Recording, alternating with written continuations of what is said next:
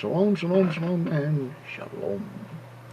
Now, I'm going to cover this as my personal life, yes, but it sets the groundwork for a lot of things, right? Now, you remember I've always testified that I didn't start this damn fight to begin with, and I didn't. Now, Miss, which is what she prefers to be called, I hate the name. I call that the personality I've been dealing with. If not that one, there's another identity. As I testified before, I got up, saw they were fighting. I said, when I see you and John are fighting again, good luck, I'm going to get something to eat. Gone. Not there. She sent me this. Doesn't seem to be any part that I did wrong. And I wasn't here. I was on the road. Then she turned around and sent me this one. Something about removing. Well, she has made statements to that. But the thing is, I wasn't around, nor was I talking to John. Didn't say a word.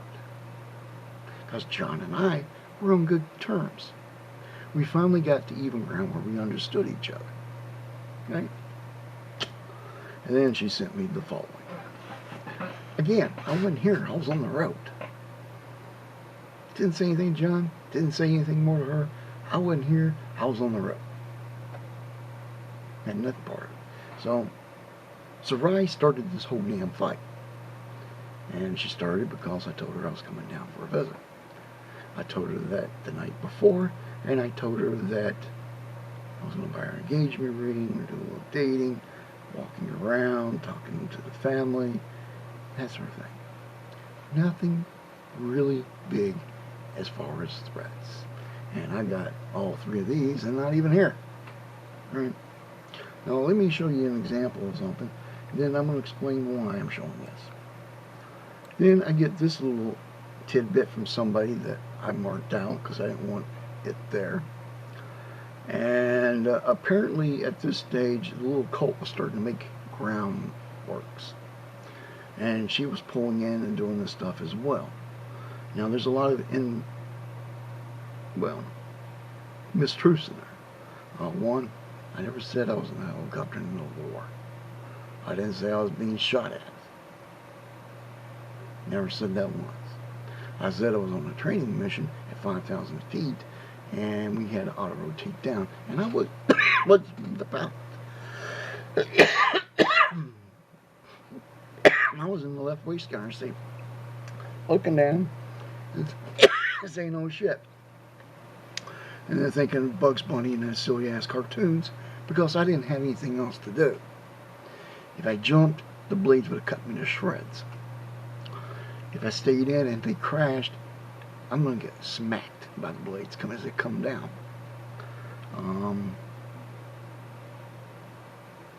Any variation you could think of, there was no escape.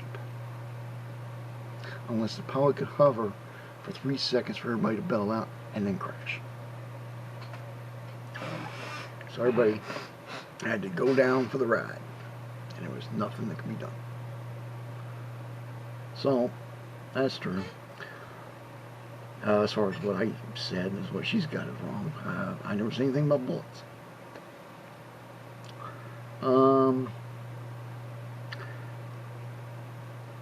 She made some comment about me lying and publicly shaming her. I didn't publicly shame her because she wouldn't marry me. Because she was supposed to have done it 6 months prior. She just kept moving the date back and actually at one stage in one argument she said she can move it as far as back as she wants to move it. She can't. She's only thinking about herself, not anybody else. Right? Now, why did I show you this, which is definitely part of my life? Well, what you guys may not know is this occult, and she is also guilty of this, is sending out PMs to people, or emails, or whatever communication they decide to use, saying that you cannot be friends with the following people. Gluteus Illuminatus. the Mimica, 10 Phoenix 01, Tony, myself, Bruce, the nice Bruce, not the dumb Bruce, AfriKitty, and I'm just naming a few. And they're getting little letters like this. If that's not an indication of an occult in play, nothing else. Now, what I have came to find out is this. A lot of fights and arguments I got from her, was like left field stuff. It's like, where the hell did you come up with that? Her and Bruce S. and Sabella apparently became close friends, and they started packing her head full of bullshit. Right? Now, as I said, I don't care as long as you keep out of my life. You got my life. This fight was bullshit when it started.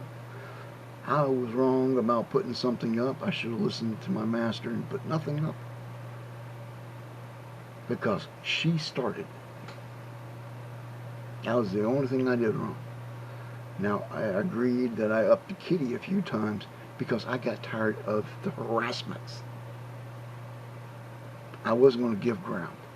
She gave her word. She was going to keep and honor her word. Period. Or she's not going to be around. And I mean be around as in, I'm not going to deal with her anymore. She can go do whatever she wants to do. Because she can't force somebody. You see, even though it is in the law, you can't force somebody to obey the law. And she's going to have to deal with God on that herself because he won't accept her bullshit. Because law defines what sin is, and violation of the law is sin. So she has sinned against me, which is why I blew up. Agreed, I handled it badly, but this is the truth. Now, the part that's really have bugged me is those two people sticking their nose into this. And I have a sneaking feeling, can't prove it, that this has been going on for a whole lot longer. Because I think those guys were sticking their nose in long before all this. Well, you guys take care. We're going to have some fun on the next one. I haven't figured out what that's going to be yet, but I have a feeling that God will provide. Take care, and shalom.